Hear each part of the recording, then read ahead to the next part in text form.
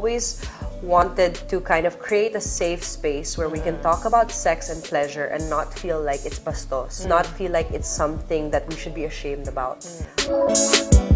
Kahit ano pong iba to sa akin ng life, tatayo at tatayo po talaga ako. Marami pong instances na talagang sinabi na sa akin ng life na wala ka ng karapatan magmahal uli. Pero ang sinabi ko, no. I get to choose.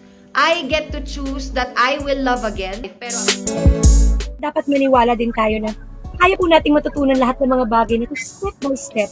Pero pipili lang muna tayo kung ano ba talaga ang mas nagka-touch sa hearts natin.